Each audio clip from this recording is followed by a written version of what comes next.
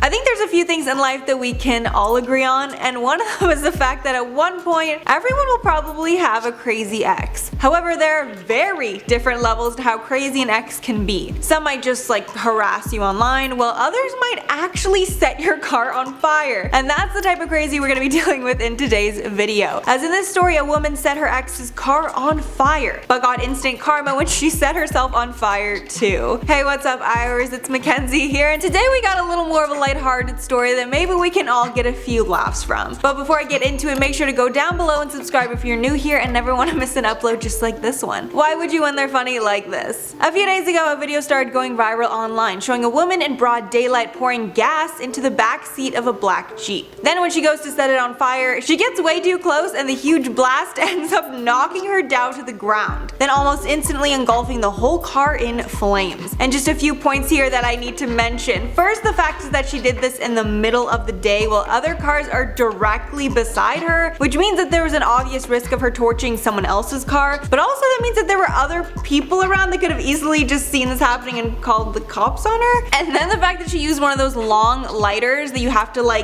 what are those called? Point lighters? Which is really dumb because that means she had to get in direct contact with the car to light it up. Just so many rookie mistakes riddled through this whole story. Then after this became huge, the cops were able to pretty easily identify her as Sydney Parham, a 26-year-old woman from Michigan. And as a result, she's now being charged with third-degree arson, a felony, and is currently being held on a $20,000 personal bond. And her mugshot was then released as well as pictures of the aftermath of the car. And wow, that car is completely messed up, so I guess she ended up getting what she wanted after all. And of course, after all this happened, Twitter users started to meme this situation because honestly, why not? One was memeing the fact that she probably had no eyebrows after all that, saying, "Did you have anything to do with your ex's car on fire?" Then her, "What? No? Why would you even ask that?"